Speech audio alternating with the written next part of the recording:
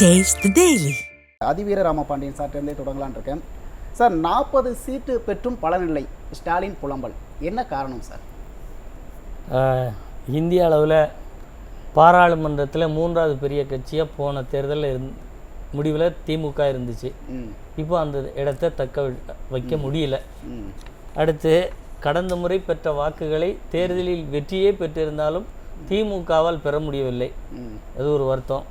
கடந்த முறை பெற்ற சீட்டுகளை விட கூட்டணி பலம், நாங்கள் ஆட்சியில் இருக்கிறோம், நல்ல பல திட்டங்களை கொடுத்து விட்டோம் என்று சொன்னாலும் 23 சீட்டுகள் கடந்த முறை என்றால் இப்போது குறைத்து கொள்ள வேண்டிய தர்ம சங்கடமான நிலை. இப்படி இது எல்லாத்தையும் பார்த்து தான் அவர் புலம்பிக்கிட்டு இருக்கார். என்னடா தேர்தல் இது, எதுலேயுமே நமக்கு ஒரு ப்ராக்ரஸ் கூட இல்லையே. காங்கிரஸ் முன்னேறி இருக்கிறது, மற்ற கட்சிகள்லாம் முன்னேறி இருக்கிறது, அவங்கெல்லாம் உங்கள் சின்ன வேண்டான்னு சொல்கிற அளவுக்கு போயிருக்காங்க கூட இருக்கிறவங்களே. இப்படி இருக்கும்போது இது எப்படி கொண்டாட்டம்னு நம்ம கட்சிக்காரங்க சொல்கிறாங்க அப்படின்னு அவருக்கே கொஞ்சம் குழப்பம் வந்திருக்கலாம். அதுதான் இந்த 40க்கு 40ங்கிறதே முதல்ல கான்செப்ட் கிடையாது சார். ஏன்னா காங்கிரஸுக்கு கொண்டு போகும்போது அங்கே 99 சீட்டுன்னு சொல்கிறீங்க, இங்கே தமிழ்நாட்டில் 40க்கு 40ங்கிறீங்க. அப்போ இந்த 10 சீட்டு எந்த கணக்கில் வைக்கணும்? ஆக்சுவலி காங்கிரஸ் கூட சேர்க்க போகிறீங்களா இல்லை திமுக கூட சேர்க்க போகிறீங்களா? அது என்ன 40க்கு 40? அதே போல் தப்பான கான்செப்ட்டு. அங்கே போனால் 99ங்கிறீங்க, எதிர்கட்சி அவங்களுக்கு கொடுக்குறீங்க, 3வது பெரிய கட்சி அந்தஸ்து கிடையாது திமுகவுக்கு. அப்புறம் இங்கே 40க்கு 40க்கு நம்ம எப்படி சொல்கிறது? அதே முதல்ல தவறு. இப்படி அவர் யோசித்து பார்த்துருந்து வரல. இப்படி சொல்கிறமே ஒழிய என்னடா பலன் கிடைச்சிது நமக்கு? திமுகவுக்கு என்ன பலன் கிடைச்சிது? ஒரே ஒரு பலன் கிடைச்சிது. என்னென்னா, திமுக கூட்டணியோடு சேர்ந்த பெற்ற வெற்றியால் எங்கள் குடும்ப அரசியலை மக்கள் ஏற்றுக்கிட்டாங்க. அதனால் என்னுடைய அன்பு சகோதரி கனிமொழி அவர்களை டிஆர் பாலுவை விட, முதுமை பெற்ற மற்ற எம்பிக்களை விட அவர்களை வழிநடத்தக்கூடிய இடத்திற்கு இரு அவைகளுக்கும் தலைவியாக கொண்டு போவதற்கு இந்த மக்கள் அங்கீகரித்து விட்டார்கள் அப்படின்னு சொல்லி, எப்படி ஒவ்வொரு வெற்றிக்கு பின்னால் அவங்க குடும்பத்திலேருந்து ஒருத்தருக்கு அமைச்சராகவோ கட்சியில் முக்கிய பொறுப்போ கொடுப்பாங்களோ அதை மட்டும் நம்மளால் செஞ்சுக்க முடிஞ்சது. ஆனால் அரசியல் ரீதியாக ஒரு எம்பிக்களை பெற்ற ஒரு கட்சி தமிழகத்திற்கு என்ன உரிமையை பெற்றுத்தர முடியும் அப்படின்னா, இப்போ திமுக ஒரு நிலைப்பாடு எடுக்குதுன்னு வைங்க, காங்கிரஸ் ஒரு தனித்த நிலைப்பாடு எடுக்கு. நீங்கள் இங்கே 40க்கு 40ங்கிறீங்க, நீங்கள் 40க்கு 40 அங்கே ஓட்டு விழுமா சார்? நாடாளுமன்றத்தில் விழுமா? விழாது. கம்யூனிஸ்டுகள் 2 கம்யூனிஸ்டுகள் அங்கே வேறு நிலைப்பாடு எடுக்காங்க, ஸ்டாலின் பாவம் வேறு நிலைப்பாடு எடுக்கார். ஒரு உதாரணத்துக்கு, ஒரு முல்லை பெரியாறு பிரச்சனை, கேரளா சம்பந்தமாக காங்கிரஸ் கம்யூனிஸ்டுகள் வேற ஒரு சிந்தனை எடுக்காங்க, காங்கிரஸ்களும் வேறு நிலைப்பாடு கர்நாடகா சம்மந்தமாக எடுக்காங்கன்னு வைங்க. இந்த ஓட்டுகள்லாம் என்ன ஆகும்? இப்போ இது ஒரு மாய தோற்றத்தை ஏற்படுத்தி அந்த மாய தோற்றத்தின் மூலம் ஒரு வாக்குகளை பெற்றிருக்கிறார்களே ஒழிய இந்த தொகுதிகளில் வெற்றியால் எந்த ஒரு உரிமையும் தமிழ்நாட்டுக்கு அவர்கள் பெற்றுத்தரவில்லை இதுவரை. இந்த தேர்தல் முடிவிலும் அவர்கள் வெற்றியே பெற்றிருந்தாலும் ஒரு அந்த வெங்கல கிண்ணியை கூட பெற்றுத்தர முடியாதுன்னு சொல்லுவாங்க பாருங்க, நகைச்சுவையா. அதுதான் நடக்க போகிறதே ஒழிய இந்த 40க்கு 40 வேற சொல்லாடல் வேண்டுமென்றால் நல்லா இருக்கு. இப்போ அதிமுக 40க்கு 40 ஜெயிச்சதுன்னா 3வது பெரிய கட்சியாக போய் உட்கார்ந்தோம் அன்னைக்கு. அப்போ அந்த கட்சி தன்னுடைய உரிமைகளை எதையும் நம்ம விட்டு கொடுக்கல.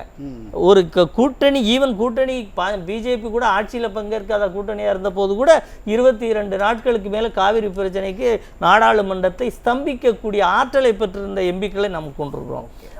அப்படி நீங்கள் காங்கிரஸோடு கூட்டணியில் இருந்தபோது திமுக கொண்டு வந்த திட்டங்கள் தான் இன்றைக்கு தமிழகம் வஞ்சிக்கப்பட்டு கொண்டிருப்பதற்கும், நீட்டில் மாணவர்கள் காயப்பட்டு கொண்டிருப்பதற்கும், தங்களுடைய வாழ்வை இழந்து கொண்டிருப்பதற்கும் மிகப்பெரிய காரணம். ஆனால் இப்போ அதையே நாங்களே மறுபடியும் சரி செய்வோம் அப்படின்னு ஒரு வாக்கு இதெல்லாம் பெற்றிருக்காங்க.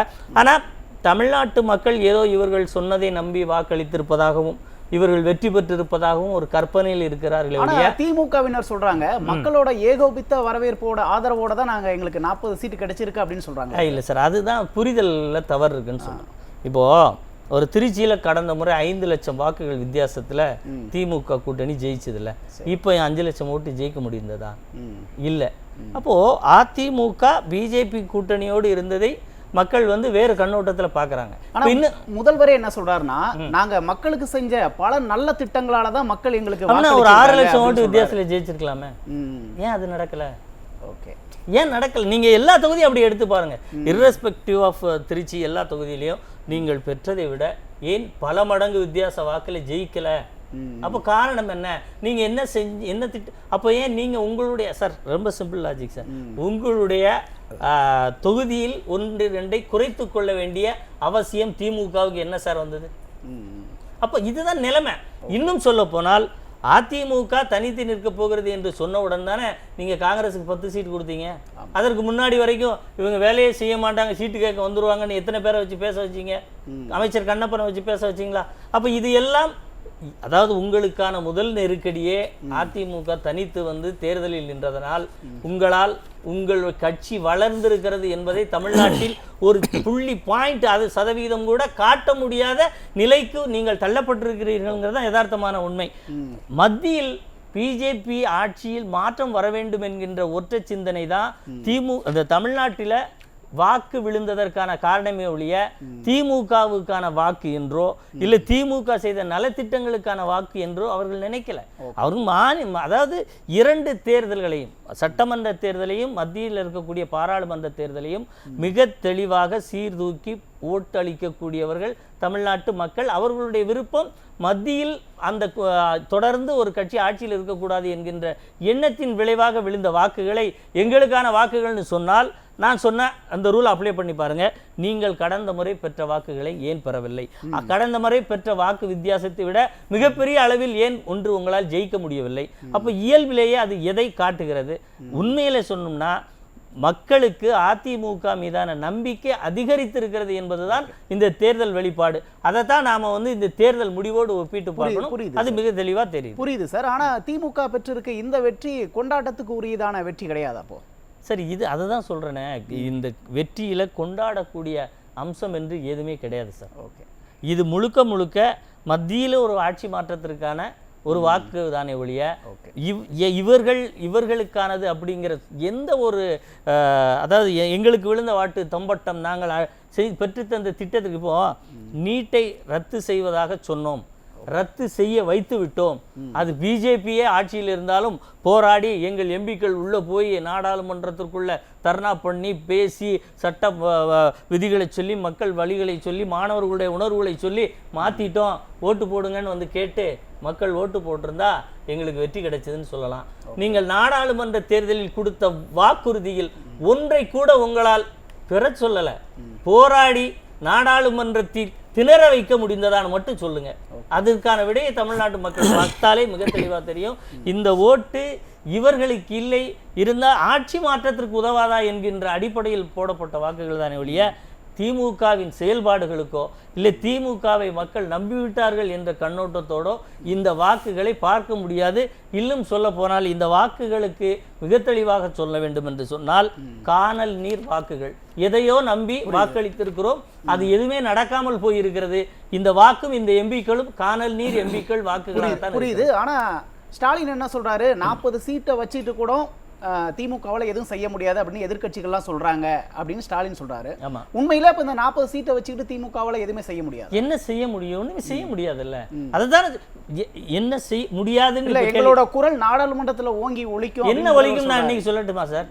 இப்போ போன உடனே அடுத்து வந்து எம்பிக்கள் பதவியேற்பு நடக்கும். முழக்கங்களால் மோடியை நாங்கள் செயல்பட வைப்போம். இல்ல என்ன முழக்கம்னு வந்து சொல்லிடுவோமே, முத்தமிழறிஞர் கலைஞர் அவர்களுடைய ஆசியினால் ஸ்டாலினுக்கு முன்னாடி அவங்க அப்பா பேர் தாத்தா பேர்லாம் சொல்லி இந்த ஸ்டாலின் அவர்களுடைய இதனால் நாங்கள் வென்றிருக்கிறோம்னு சொல்ல போறாங்க. இதை தாண்டி வேற என்ன போனதானே சொன்னாங்க, அதை செஞ்சுட்டு பார்த்தீர்களா? நாங்கள் கருணாநிதி அவர்களுடைய பெயரை நாடாளுமன்றத்தில் சொல்லிவிட்டோம், எங்கள் தலைவர் ஸ்டாலின் பேரை சொல்லிட்டோம். அதை சொல்லிட்டீங்க. நீட்டு சம்பந்தமா என்ன சொன்னீங்க? பழைய ஓய்வூதிய திட்டத்தை அதுதான் முழக்கம் சார். இதை தாண்டிய முழக்கம் வேற என்ன இருக்க போகுது? சரி, இந்த முழக்கம் இந்த நாடாளுமன்ற புதிய எம்பிக்கள் பதவி இருக்கும்போது இதை முழங்கி இதை வந்து எல்லா சமூக வலைத்தளங்களும் பாருங்க, எங்க கருணாநிதி அவர்கள் பேரை சொல்லிட்டோம், எங்க கருணாநிதி பேரை சொல்லிட்டோம், ஸ்டாலின் பேரை சொல்லிட்டோம், எங்க எம்பிக்கள் பார்த்தீங்களா எப்படி என்ன நான் பாராளுமன்றத்தில் போய் ஒருத்தர் பேர் சொல்றது என்ன பெரிய சாதனையா? அதை சொல்லியே ஓட்டிடுவாங்க. இதை தாண்டி வேற எதுவும் நடக்காது சார். சார், அப்ப இந்த 40 எம்பிக்களை வச்சுக்கிட்டு நீட் ஒழிப்போ இல்ல இந்த பழைய ஓய்வூதிய திட்டத்தையோ திமுகவால் கொண்டு வர முடியாது. நிச்சயமாக அது குறித்து இவர்கள் பேசவே மாட்டார்கள். அது குறித்து ஒரு காரசாரமான வாதத்தை ஏன் பேச மாட்டாங்க சார்? ஏன் பேச மாட்டாங்கன்னா இது அவர்களுக்கான தேர்தல் கோரிக்கையாக அவங்க பார்க்கறாங்க, தீர்க்க வேண்டும் என்று பார்க்கலாம். இப்போ அரசியல் செய்ய வேண்டும் என்று சொன்னால் நாடாளுமன்றத்தில் தொடர்ந்து இந்த கருத்தை வலியுறுத்த வேண்டும். ஆனால் நீங்க அதுக்கு இங்க அதாவது டெல்லி போறதுக்கு முன்னாடி ஏர்போர்ட்ல பேசுறாங்க, இல்ல தமிழ்நாட்டுக்குள்ள இருக்கும்போதெல்லாம் பேசுறாங்க, எல்லா கட்சி மீட்டிங்லயும் நீட்டரத்துன்னு. அங்க எங்க பேசணுமோ அங்க போனா அமைதி ஆயிடுறாங்க சார். இதுதான் நடந்துட்டு இருக்கு யதார்த்தமான. நாடாளுமன்றத்துக்கு போய் 40 பேர் என்னதான் பண்ணுவாங்க? மாலை நேரங்களில் என்ன பண்ணுவாங்கன்னு நாம் பார்த்தோம். ஏன்னா சிவாலாம் நல்லா ஹிந்தி பாட்டு பாடுவார். யாருக்காவது ஃபேர்வெல் வந்துச்சுன்னா அழகான அந்த ஹிந்தி சாங்ஸு, அதில் ரம்மியமான இசைகளோடு அவங்க மாலை பொழுது சிறப்பாக கழிது அவங்களே போட்டாங்க, நம்ம பார்த்தோம். உள்ளே என்ன பண்ணுறாங்கங்கிற அளவுக்கு மிகப்பெரிய செய்தியை நம்ம எதுவும் பார்க்கல. அதனால் என்ன பேசுவாங்கன்னு கேட்டிங்கன்னா யாருக்குமே தெரியாது. தமிழ்நாட்டில் போவாங்க. இன்னும் குறிப்பாக சொல்லணும்னா கடந்த முறை தென்காசியை சேர்ந்த எம்பி வந்து 99% சட்டமன்ற அந்த பாராளுமன்றத்தில் அட்டண்டன்ஸு, அதிகப்படியான கேள்விகள் கேட்டார். முதல் வேலையாக அவருக்கு மறுபடியும் சீட்டு கொடுக்காம ஆகிட்டாங்க. அவங்க கட்சிக்காரர் தான். திமுக எம்பி அதிகப்படியான நாட்கள் அவையிலே இருந்தவர், அதிகப்படியான கேள்வியை கேட்டவர், அவருக்கு இங்கே சீட்டு கிடையாது. ஏன்னா தன்னுடைய சகோதரியை கொண்டு வந்து அங்கே வைக்கணும். அப்போ சகோதரியை சொல்லும்போது சிறந்த பார்லிமெண்டேரியனாக போன வருஷம் இருந்த உங்கள் கட்சியிலே 4 பேர் இருக்காங்கன்னா அந்த 4 பேரும் அவுட்டு. இப்போ எங்கே இருக்காங்கன்னே தெரியாது. ஏன் நீங்கள் கேள்வி கேட்டீங்க உள்ளே உட்காந்து கேள்வி கேட்டால் அங்கே என்ன நடக்கும் அப்படிங்கிறதுக்கு தென்காசி எம்பி அவர்களுடைய அந்த நாடாளுமன்ற வருகை பதிவின் அடிப்படையிலும் கேட்கப்பட்ட கேள்வியின் அடிப்படையிலும் முதல் ஆளாக இருக்கக்கூடியவருக்கு சீட்டு கொடுக்கப்படவில்லை என்றால் அவர்களுடைய உண்மையான நோக்கம் என்னன்னு புரிஞ்சுக்கணும். ஏன்னா நான் இப்போ சொன்னது அவங்க பேச மாட்டாங்க, பேசினா அதுக்கு என்ன எதிர்வினைங்கிறதும் இந்த கடந்த தேர்தலில் பேசியவருக்கு இந்த தேர்தலில் புரியுது சார். நம்ம தொடர்ந்து பேசலாம் சார். அதிவீர ராமபாண்டியன் சார், மக்கள் பிரச்சனைகள் இவ்வளோ இருக்கும்போது 2019 இருந்து இதுவரையும் திமுக மௌனமாக இருக்கு அப்படின்னா இதை நம்ம எப்படி எடுத்துக்கிறது? உங்களோட இறுதி கருத்தை பதிவு பண்ணுங்க சார். அதாவது 2019 இவர்கள் எம்பி தொகுதியில் அதிகப்படியான எம்பிக்களை வெற்றி பெற்ற அன்று இந்தியா குறிப்பாக தமிழ்நாட்டில் மத்திய அரசிடம் என்ன கோரிக்கைகள் தமிழ்நாட்டு மக்கள் வைத்தார்களோ அந்த கோரிக்கைகள் அனைத்தும் அப்படியே இன்னும் ஃப்ரெஷ்ஷாக ஃப்ரிட்ஜில் வச்சு எடுத்தது மாதிரி அப்படி ஃப்ரெஷ்ஷாக இருக்குது. அது குறித்து என்ன பேசினார்கள், என்ன விவாதித்தார்கள், அந்த விவாதத்தின் மூலம் எந்த திட்டத்தில் என்ன மாற்றத்தை அல்ல என்ன திருத்தத்தை என்ன ரத்தை கொண்டு வந்தார்கள் அப்படிங்கிற கேள்வி தான் நாம் தீர்க்கமாக இந்த டிபேட் முழுவதும் வச்சுட்டே போகிறோம். அது என்ன வச்சுருக்கோன்னா செய்வாங்க, வைப்பாங்க, பேசுவாங்க. 5 வருடம் பேசாததை இப்போ என்ன, ஏன்னா நீங்கள் ரகசியம் தெரியும் என்று சொன்னதுனால மக்கள் வாக்களிக்கிறாங்க. இந்த ரகசியம் என்னங்கிறத சொல்ல வேண்டாம், அதை நோக்கி நகரவாது செய்யணும்ல. இது வரைக்கும் நகரல. நீங்கள் கையெழுத்து நாங்கள் வாங்கினோம், கையெழுத்தெல்லாம் இளைஞரணி மாநாட்டில் என்ன கதியில் கிடந்ததுங்கிறத நாம் தொலைக்காட்சிகளில் எல்லாரும் பார்த்தோம். அப்போ இந்த கையெழுத்துக்கள் வந்து அதெல்லாம் காலாவதியாகி போன போராட்ட யுக்தி முறை. ஏன்னா கையெழுத்து பிரதிங்கிறது காட்சி ஊடகம், அச்சு ஊடகம் இதெல்லாம் பெரிய அளவில் மக்கள்கிட்ட போகாத காலத்தில் உள்ள விஷயம். அப்போ அதை எடுத்துக்கொண்டு வந்து இதன் மூலம் நான் தீர்க்க போகிறேன்னா இதுக்கான தீர்வை நாங்கள் பெற்று தரமாட்டோம் அப்படிங்கிறத மறைமுகமாக கையெழுத்து பிரதின்னு கொண்டு போய் சொல்கிறாங்க. இப்படி எந்த ஒரு கோரிக்கைக்கும் எங்களால் சாதிக்க முடியாத நிலைமையில் இருக்கிறோம் என்பதை வெளியே சொல்லாம சுத்தி சுத்தி என்னெல்லாம் சொல்ல முடியுமோ அதை சொல்றாங்களே வெளியே. அவங்களை நினைக்கிற போது பரிதாபமாக இருக்கிறது. இந்த வெற்றின்னு சொல்றது கூட அதனுடைய மென்மையான உண்மையான அர்த்தம் இருக்கு.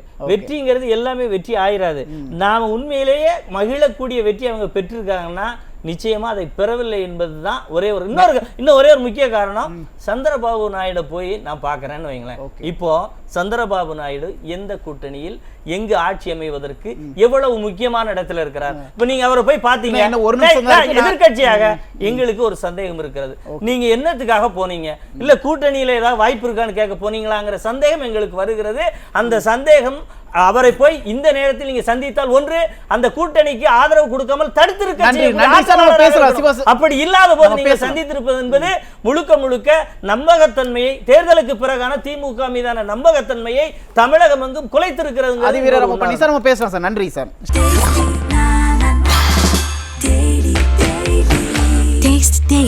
Taste the Daily.